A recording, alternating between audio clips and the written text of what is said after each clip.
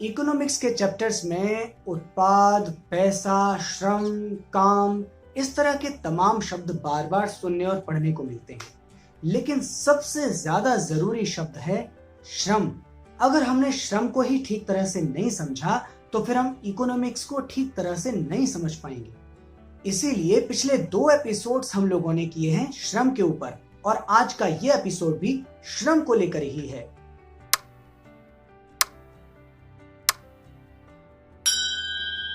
इस एपिसोड में हम ये जानेंगे कि हर श्रम तो काम है, लेकिन हर काम श्रम नहीं कहा जा सकता।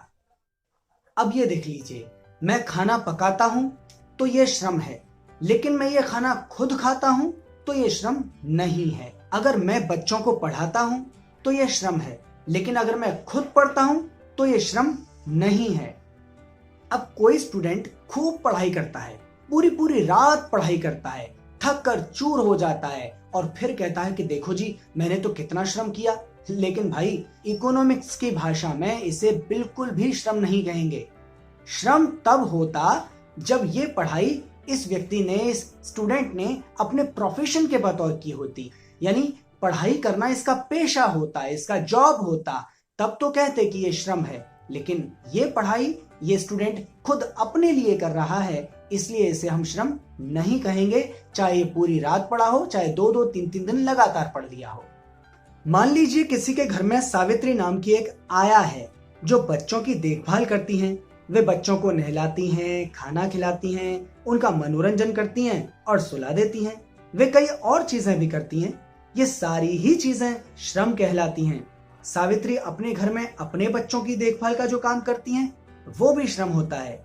लेकिन सावित्री यदि खुद नहाती हैं, खाना खाती हैं या किताब पढ़ती हैं तो ये सब काम है। इन कामों को करते हुए शरीर कुछ हद तक थक भी जाता है, फिर भी इस तरह का काम श्रम नहीं होता। हमें ये समझ लेना चाहिए कि हम अपने शरीर से हर काम, जो भी काम करेंगे वो श्रम ही होगा, ऐसा जरूरी नहीं है। अब पढ़ाने के काम को देख लीजिए। इस काम में एक टीचर होते हैं और कुछ स्टूडेंट्स होते हैं।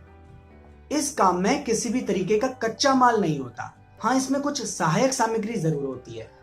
कमरा, ब्लैक बोर्ड, मार्कर, बेंच, ये सब क्या है? ये पढ़ाने के काम के जरूरी औजार हैं। टीचर जब मार्कर से व्हाइट बोर्ड पर लिखते हैं तो मार्कर की इंक खत्म होती चली जाती है, तो ये इंक क्या है? ये है सहायक सामग्री। कुछ टीचर्स अपने स्टूडेंट को छड़ी से पीटते हैं।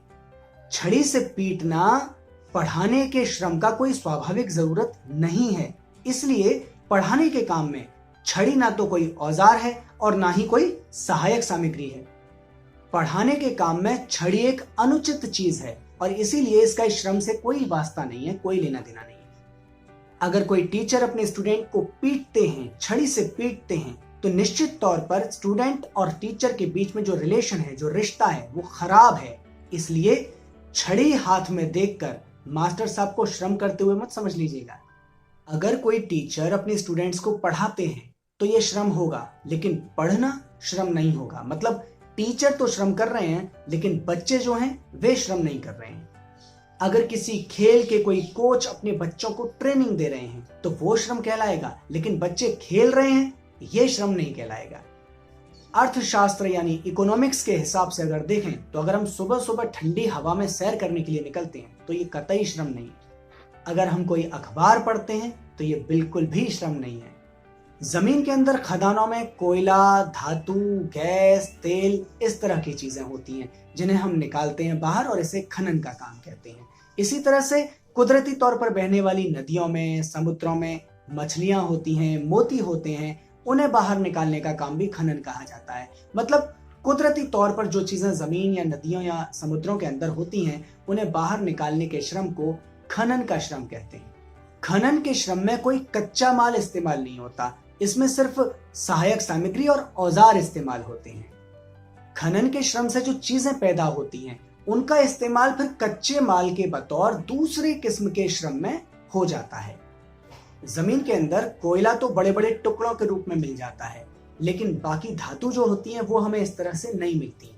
धातु के जो पार्टिकल्स होते हैं, खनिज के जो पार्टिकल्स होते हैं, वो मिट्टी के साथ मिले हुए होते हैं। तो पहले किसी खदान को खोदना, उसके बाद खनिज को मिट्टी से अलग कर देना और उसके बाद उसमें से धातु को बिल्कुल शुद्ध रूप में बाहर निकाल लेना, इस सब में जो श्रम निकलता है, इस सब में जो श्रम लगता है, उस श्रम को करने के बाद में ही हमें एक धातु उसके शुद्ध रूप में मिलती है, जिससे बाद में अलग अलग चीजें बना लेते हैं, जैसे तार बना लेते हैं, गहने बना लेते हैं, वगैरह वगैरह। ये सारी बातें हम इसलिए कर रहे हैं ताकि हम ये जान सकें कि पैसा क्या होता है। हमने दूसरे एपिसोड में पैसा क्या होता है सवाल उठाया था, लेकिन तब हमें इसका जवाब नहीं मिला था और ये जवाब हमें मिलेगा आगे। बस अभी तो इतनी सी बात जान लेना भर काफी होगा कि पैसा सोने से बनता है, लेकिन ये बात कह देने भर से भी हमें ये पता नहीं चलेगा कि पैसा होता क्या है। उसके लिए हमें पहले ये जानना पड़ेगा कि जो तमाम किस्म के प्रोडक्ट्स होते हैं, जो उत्पाद होते हैं, उनका इस्तेमाल कैसे होता है। अब देखिए, यहाँ पर तारा जो सवाल कर रही है उसे गौर से सुनिए। भैया, हमारे घर के बगल में एक श्याम भैया रहते हैं जो मिट्टी से बने बर्तन बनाते हैं। उनके घर में हमेशा मिट्टी से बने बर्तन भरे रहते हैं, लेकिन उनके पास चप्पल, जूते, सब्जियां ये सब कहाँ से मिलते हैं, क्योंकि उनको तो ये सब बनाना ही नहीं आता। तारा के इस सवाल के लिए हम अगला एपिसोड करेंगे और उस एपिसोड में हम जानेंगे कि एक्सचेंज क्या होता है, यानी विनिमय क्या होता है। हर एक समस्या को देखने और उस समस्या के समाधान को समझने का हर आदमी का एक अलग तरीका होता है, एक अलग नजरिया होता है। हम में से तमाम लोग ये मानते हैं कि जिस नजरिए से, जिस तरीके से समस्या और उसके समाधान को हम देख रहे हैं, वही सबसे सही तरीका है और दुनिया के बाकी लोगों को भी वैसे ही सोचना, वैसे ही देखना चाहिए। लेकिन ऐसा होता नहीं है। दुनिया में हर इंसान की अपनी एक अलग राय होती है। फॉर एग्जाम्पल, कुछ लोग ये मानते हैं कि अगर कोई बच्चा ठीक से पढ़ाई नहीं कर रहा है तो फिर ऐसे बच्चे को डराना चाहिए, धमकाना चाहिए, या फिर जरूरत हो तो उसकी पिटाई भी कर देनी चाहिए, उसे पेड़ से उल्टा लटका देना चाहिए।